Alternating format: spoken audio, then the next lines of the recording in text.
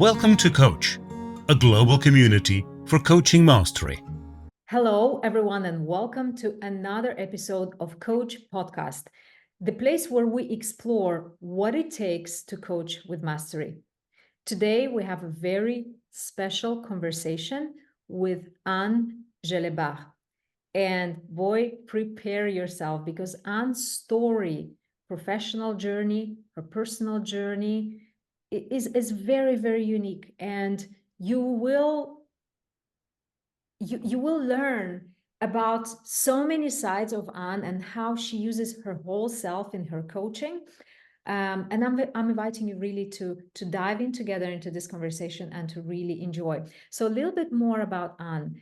Anne is a master's in management, and she is the founder of Angel Coaching International.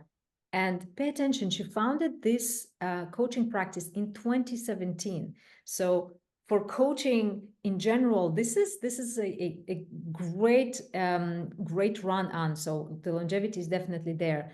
So Anne is an unconventional multilingual leader with 15 years of global experience in Fortune 250 and FTSE 100 operations. Anne connects individuals and teams to their core to elevate their well-being and unleash their full potential. Anne, it's such a pleasure. Welcome to today's podcast. Thank you. Thank you for inviting me, Leo. It's a pleasure, really. My name is Anne Gelebart. I really loved your pronunciation, was perfect.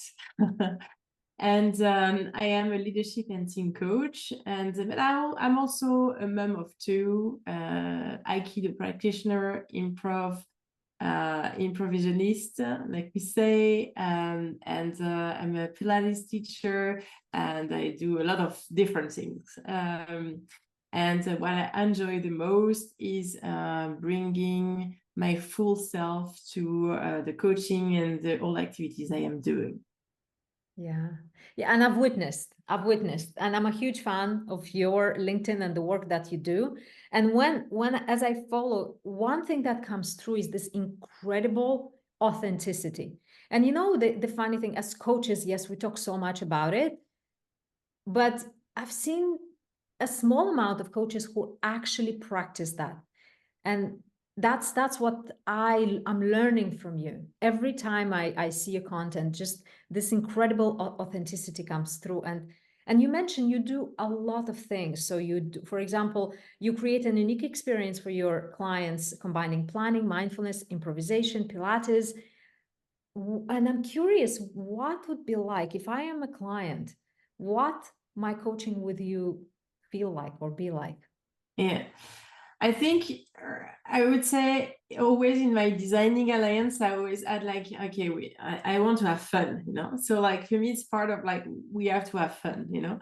Yeah. And there is something also, be prepared to be challenged in a way, but like in a soft way, you know? So like sometimes it goes really straight in the back and then you're like uncovering this and you're like, oh my God, you know, but I do it in a gentle way. I don't know how I do that. As if I knew, I would tell you. But this is what I heard, you know, that I have this gentle way of unleashing and uncovering the things or helping people uncover more about themselves. And you know what, I love, you said something very interesting, that when as we help people uncover themselves really and parts of themselves they didn't look at through coaching, they get to a point where it's painful, where I don't want to look, where can I just talk about something else? Yeah. Can I just start planning something? So I'm curious, in those moments, because you have such a wide toolbox, what is the tool that you find works best? I heard fun. What else? Yeah, so I love using embodiments. And in fact, this is something that in the intake, I tell people before they sign up, you know, so that I know that if they sign up, they know what they are going to have, you know, so then I know I can have fun in a way. But it's not fun, it's fun together, you know, so embodiment is very much something that is so important to me. That's something that was, I'd say that was a revelation for me, and all to do with like the movement and how it all changed everything. So we can see that, and it links also to visualizations. I've done visualizations. Of course, we have visualization in our common practice coactive, but like I'm inventing on the spot visualizations, and you know, like it works. You know, I remember somebody telling me I was a witch in the end, and loved it, you know, loved that, okay, he went to that place, you know, and so that was amazing. I'm not a witch, by the way, but you know, it's like yeah. That is so cool. So it's, you know, if you, I heard embodiment, but I'm going to play the devil's advocate here. I am a client who has invested a lot of money in coaching, and I'm not quite sure what this coaching is all about. I am left-brained, I am a leader, and I want results, and I need to understand. Yeah, you need to understand. So there is, first of all, I think I would do a few exercises if that will make you see physically that the difference, you know. So it's something I've learned, for example, from the Physical Intelligence Institute, is that, you know, like if you scatter yourself like this and you say, I'm the best mom, I mean, that doesn't sound very good, you know, like actually you can do it if you want.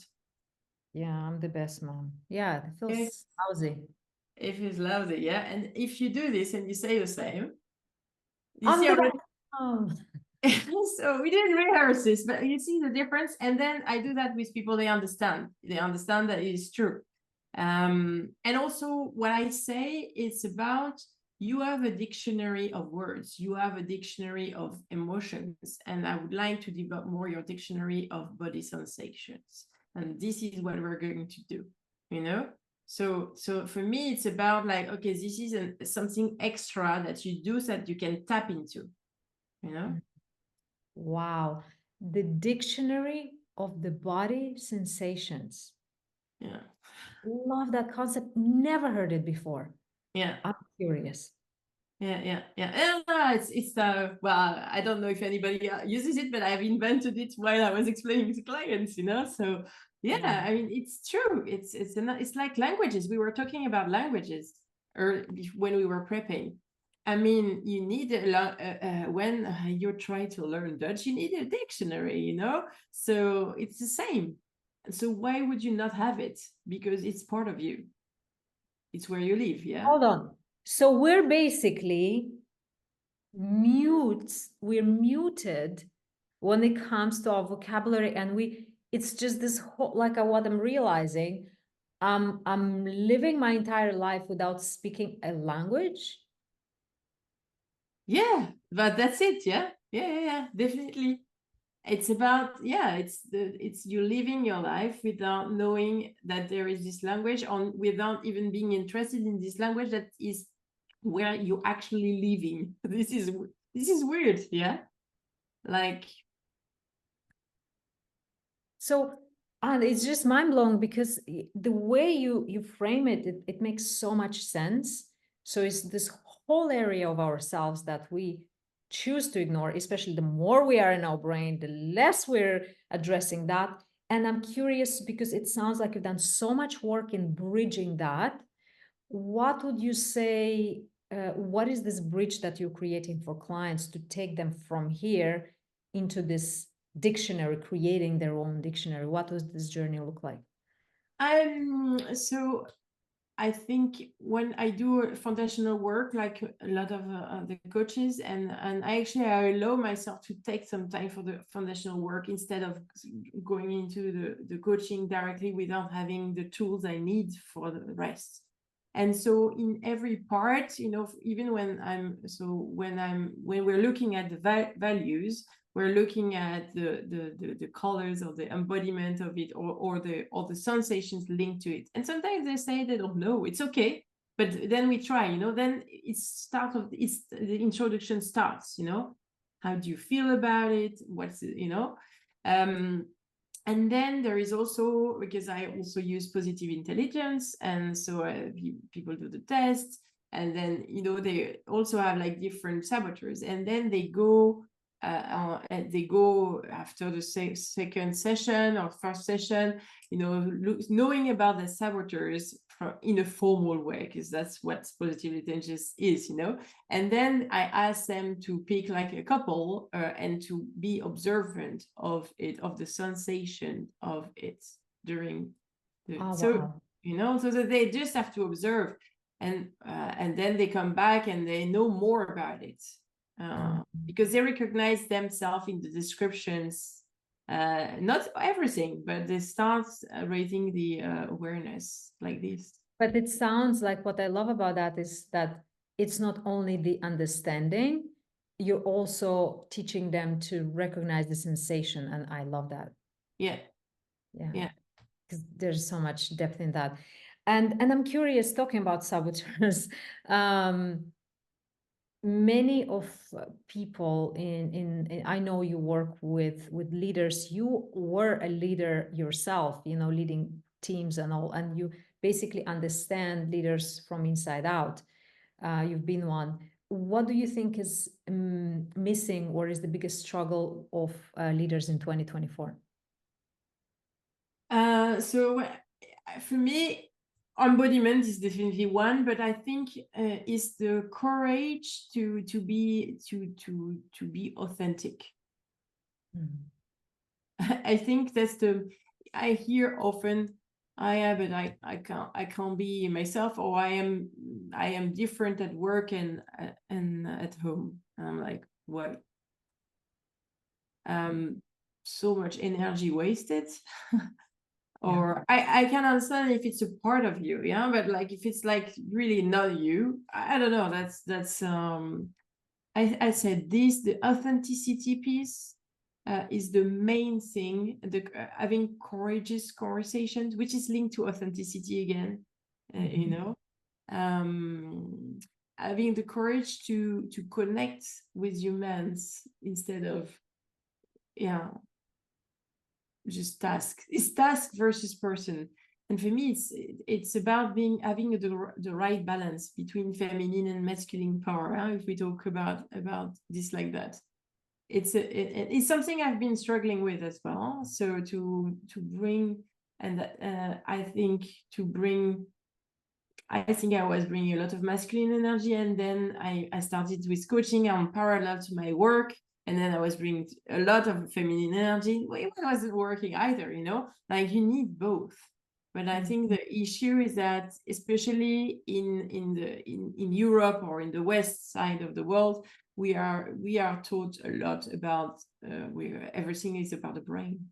And then we go back again to the body piece, you know. Yeah. So we are not using the body intelligence. Yeah. What I loved, you said the task versus the person. Yeah.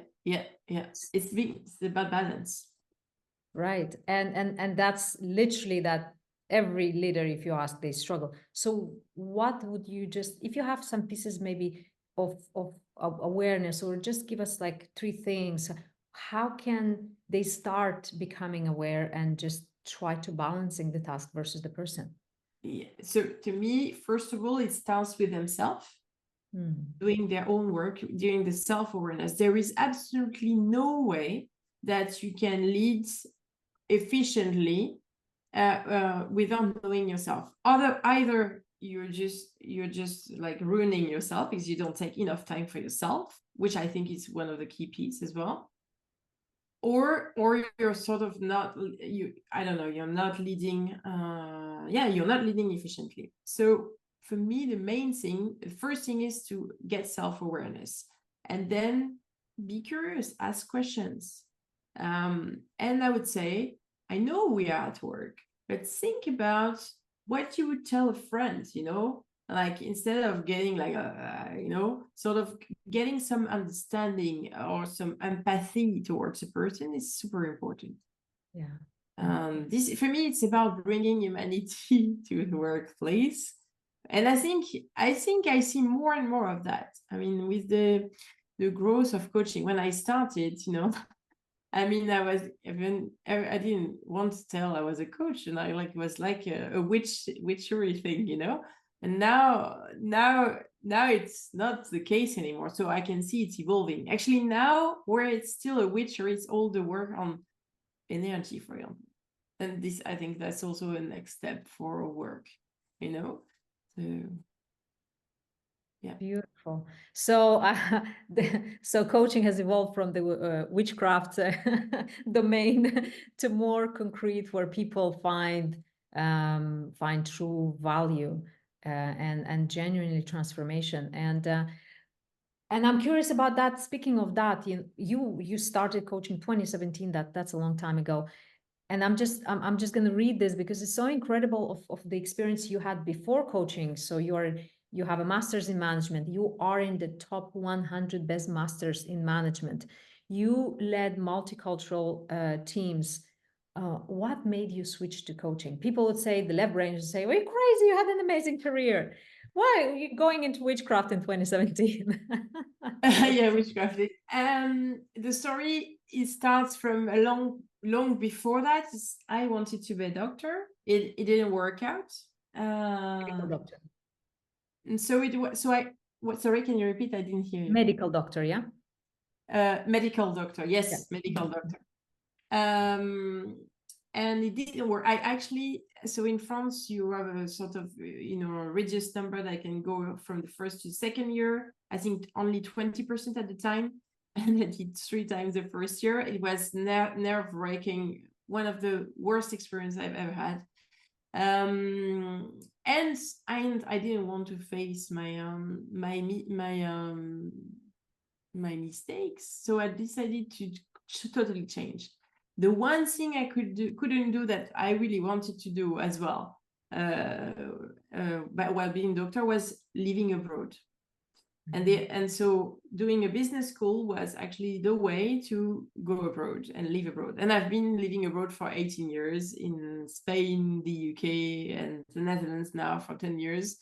So yeah, this is how it started. And then when I was in the UK, I was part of ABF, Westmill Foods, a subsidiary. And there was a leadership coaching program, leadership program for women specifically, actually. And then I see this lady that is a coach, part of that program, and I'm like mesmerized by her self-confidence, I'm like, wow, like, because I wasn't that self-confident at the time. Like, this is something I've been working on quite now. Now I know it's different, but it wasn't the case. It's the work that I've done.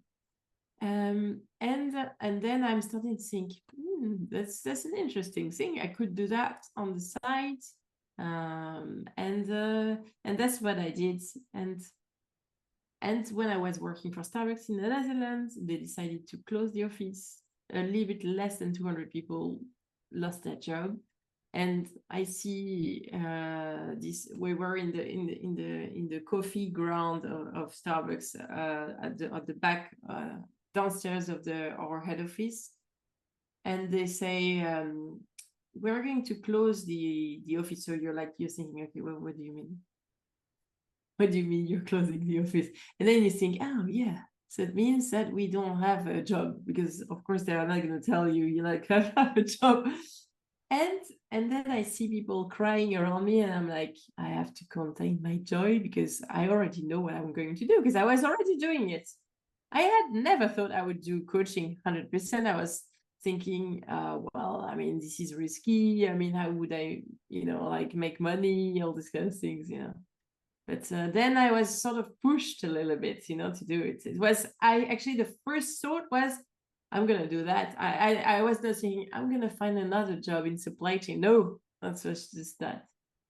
Yeah.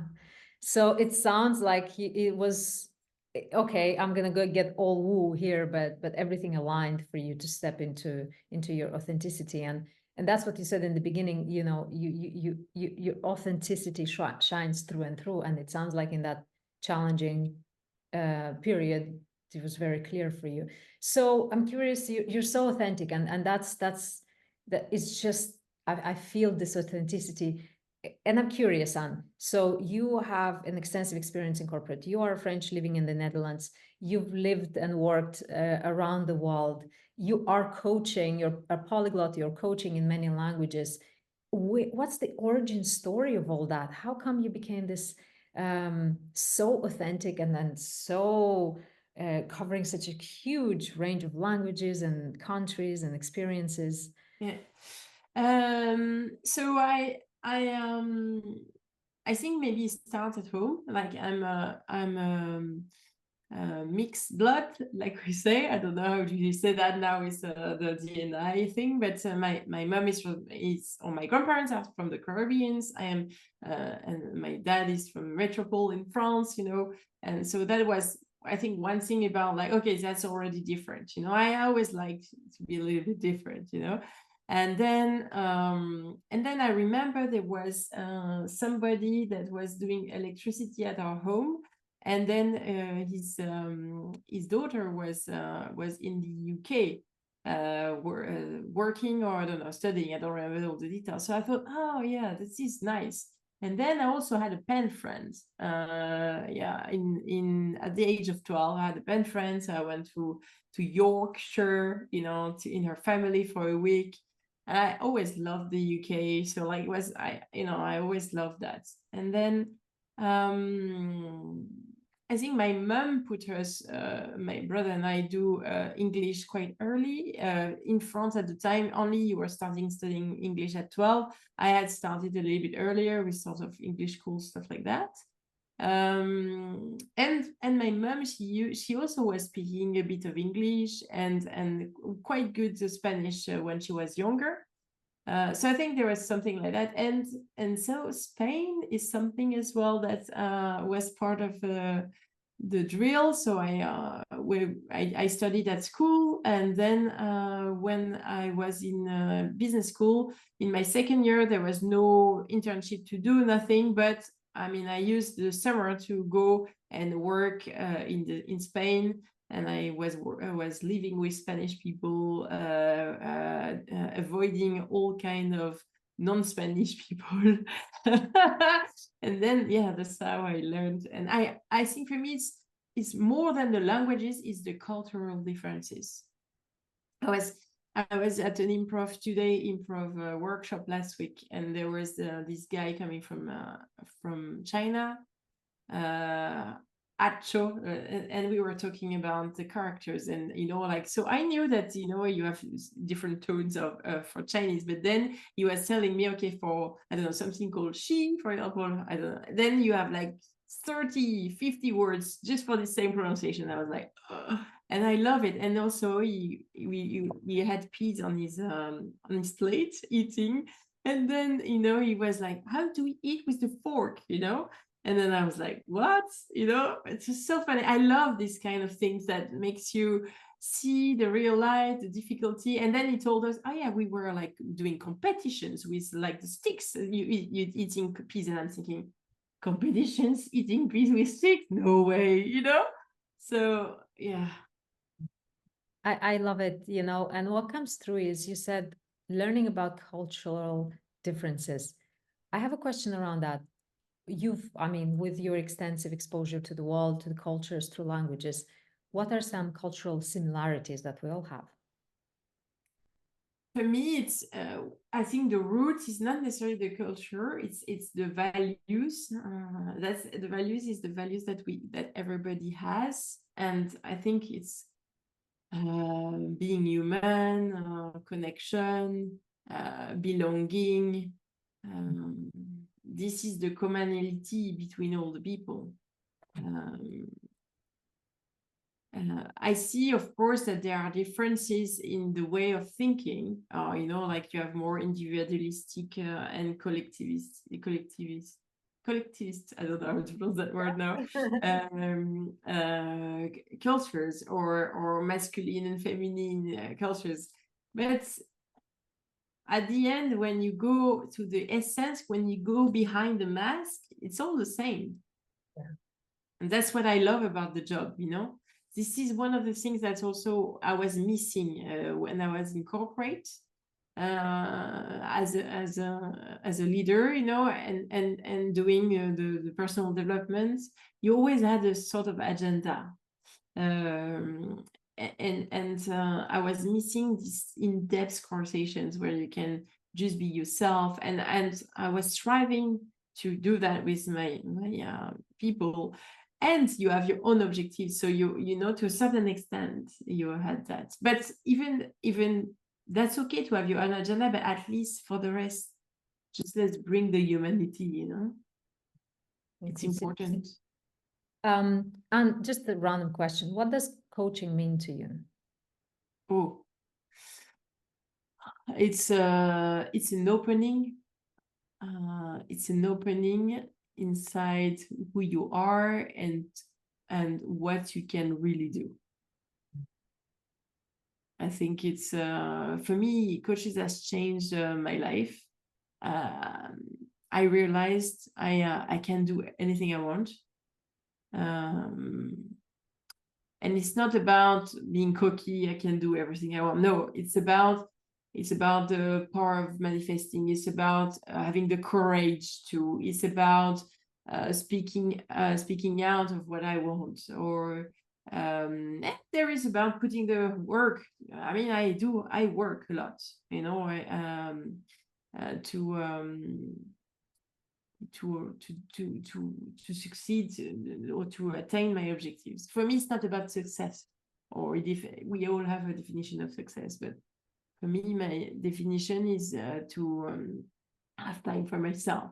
That's the first thing, you know, and do work that at the end of the day I feel excited about, you know. Like I always loved Mondays, even when I was working for a corporate, but like now even more, you know, like this is it's a joy to be with people and witness them and help them uncover further. And also, like, for example, it can be about who they are, but it can be also about like a conversation to support like a salary increase, you know, to a certain extent. So for me, it's very varied, the topics I want to touch on, you know, like that's what I love also about coaching, the diversity of what is possible. Yeah, I love that, the diversity of what is possible. So so encouraging, honestly. And I also know that outside of coaching, you're very busy dedicating your time by doing so many initiatives, pro bono initiatives, supporting different kind of communities. Can you share a little bit about that? What communities you support, and most importantly, what drives you dedicate so much time and effort and of yourself to these initiatives? Yeah. I would say that is thanks to coaching that I started to do volunteering, because I always wanted to do volunteering when I was younger, but I was like, I don't want to serve meals. I mean, I think it's a great thing to do, but it's not, it didn't feel like it's something that I'm going to get a lot from. And then when I started, and I was looking, actually, I stumbled across empowerment. And also work in the city. So those are two different groups. Empowerment is a foundation that helps support unemployed internationals in the Netherlands. And so we provide free coaching with like really top-notch coaches. And there, initially I was a volunteer coach, and thereafter I was sort of co-leading the how do you call that, the coaches pool, so recruiting them, making sure they have the right credentials, and also part of the program of the monthly meeting to connect them and for them to learn about themselves, about coaching and how to help support with their business. And then I work in the city is 800 or 900 now, I think, members, French women living in the Netherlands. And we organize also monthly meetings. So we are 3 at the moment. And that's actually a network that exists for more than 15 years. But I took over 5 or 6 years ago. With 6, now we are 3. And yeah, with making sure that we are putting to light the members, that we're creating a community so that they find friends when they arrive, or they find jobs when they arrive, or even when they are just there, they are sort of meeting and learning from the community. Is very in French we say bienveillant, so like very relaxed, you know, so you don't you can go with your high heels, but you can go with your sneakers if you want. So like, and you have all sorts of people from top-notch companies, and also people that have their own ZZP, like we call here the freelancers, and from various things. So from energy to yoga, or photographers, or whatever, you know. And what drives you on? Because it sounds like a lot of, so it sounds like you say a lot of no's, maybe to your business opportunities, to your, maybe to your family. So these initiatives, you just investing your time and energy. What drives you?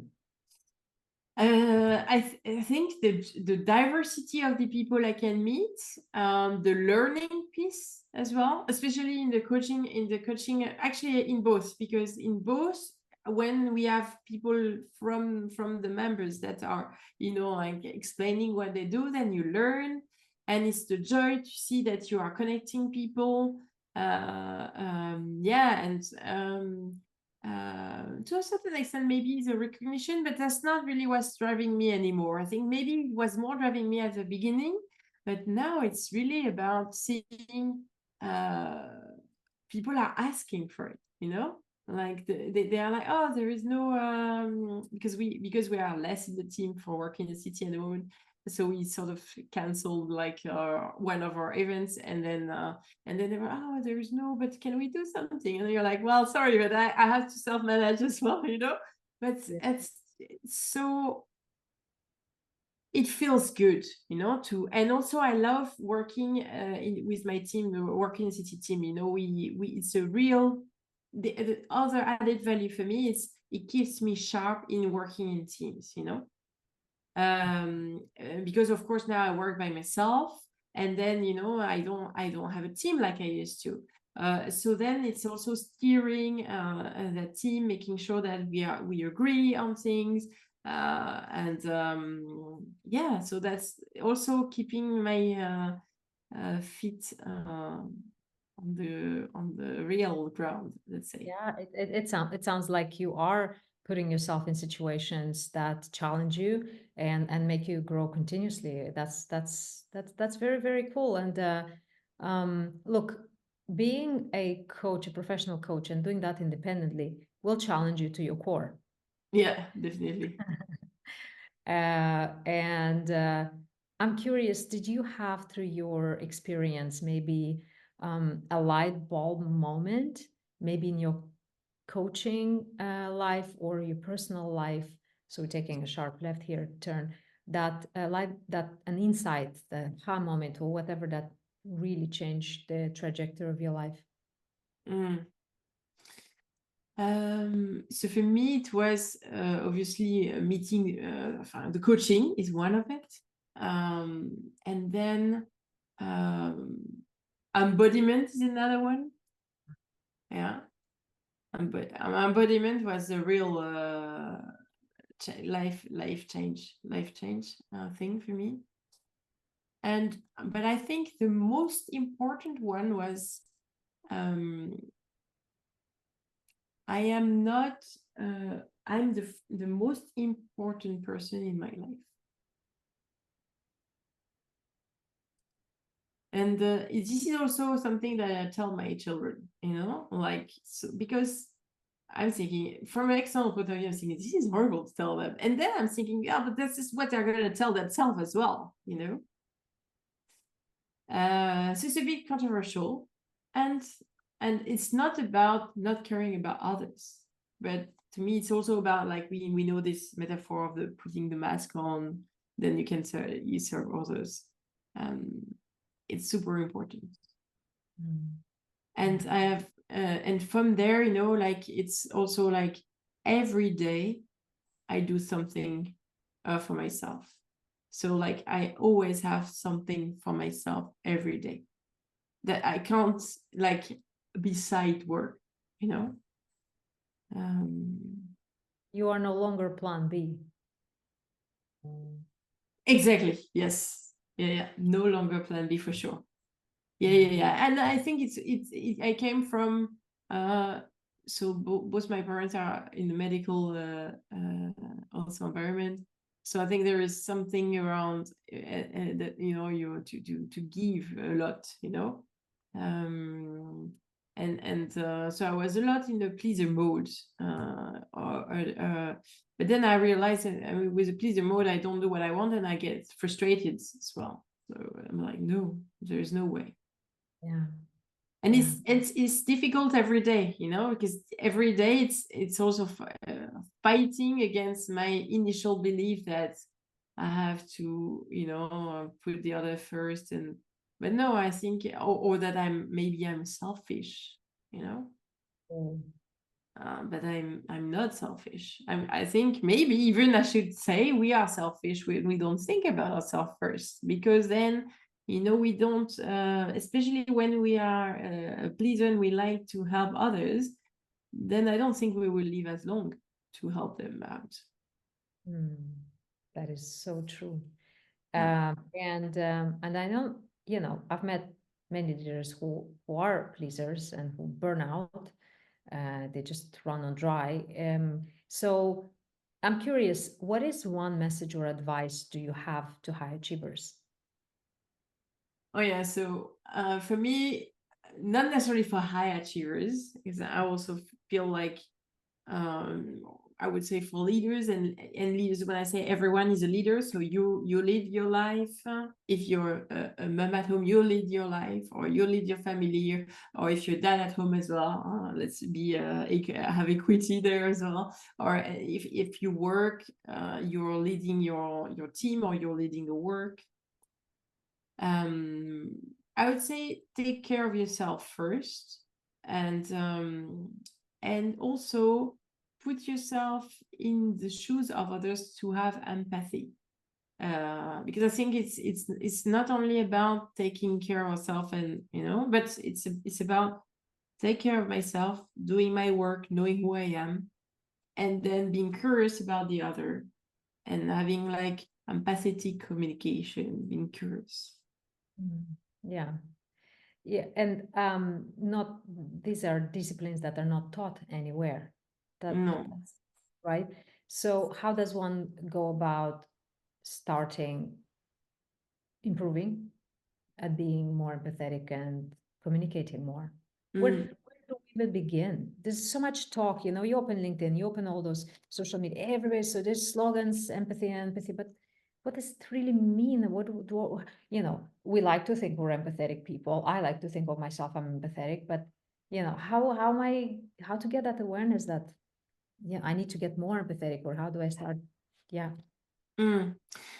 But to me, it's about, for example, let's say you have a conflict, because I think that's the most helpful for this example. You have a conflict, you know, and you tell, oh yeah, they do this to me, they do this to me. Yes, and what do you do to them? You know, like what's the opposite side of the coin? It's really being curious about, hey, if you shift it, what does it say? So it's simple as just stepping into the other person's shoes. Yeah. And if you can't, then, you know, get some help to have other views, you know, like I'm not meaning specifically coaches, you know, but I have friends or family helps you see the other side of the coin. It's also one thing, you know, like actually maybe people sometimes when they see somebody stuck in a situation, they don't dare to tell them. Maybe they should dare a bit more. More courage. Yeah. Love it, Anne. You know, there's so much more. I feel like I have so many more questions, but I know I'm aware of the time. We're coming to an end of this conversation. And okay, so you are coaching one-on-one, you are coaching teams, you are holding retreats.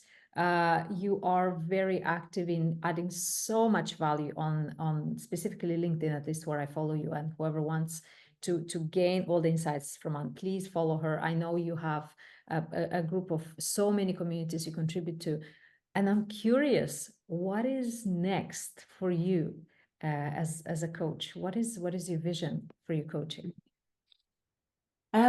So I've done a lot of my work on one-on-one, and I'm more and more adding the group work, the teamwork. So this is really what's going. There is also supervision for coaches. So that's also something that I want to develop further. Individual or group, we'll never know. And I started like something about trauma, and there is a bit of energetic work there. So this is something that I'm like sort of putting my toes in, and I'm like, oh, back up, and then again. So I know it's the I don't know exactly when, but this is something that I'm more and more interested in, definitely. Yeah, that's very interesting, because there's always the next frontier in developing yourself and serving your clients. Yes. And that is, to me, that is a hallmark of a truly professional coach, not only by name, but also by calling. Mm. Yeah, I totally, for me, it's, so to be a great coach, in my view, we have to do our own work. And so it's not only about getting coached, it's also about having therapy or of all kinds, or energetic healings, or like all those things. Then there is about, you don't have to, but it's also nice, to refresh your coaching skills regularly, or getting checked. So supervision, mentoring, doing another course. And then there is the business part of like, how do you do this? Developing the networking, the business development, extra. This part was always the part for me that is the most difficult. And it seems that, like with time and being authentic, it works. But I think, so it's, everybody needs to find their own way. But I think there are really those three pillars to be a great coach entrepreneur. Because then after, to be a great coach, there is so many skills as well we need specifically. Yeah. And honestly, as you're naming those three pillars, I literally saw you in all of them. At least that's my perception. Mm. And honestly, Anne, thank you so much for this enriching conversation. I was taking notes as you're sharing, so I'm living with the importance of the embodiment, with the importance of connection, doing the work on yourself, so many things, and what it takes to be truly a leader, a good leader, the work that you need to do. So many aha moments. This has been incredible. Thank you so much for being here today. If people would like to get in touch with you, where is the best place to connect with you? I would say LinkedIn is the best place. So Anne Gelebart, and I think coach, you will find me there. The best place. Then we know who we are. We can chat. This is fun. Amazing. And the last thing, definitely, coaching is fun. Thank And you. thank you so much. This has been incredible, and I'm looking forward to having another conversation with you very soon. Thank you. This recording was offered to you by Coach, a global community for coaching mastery.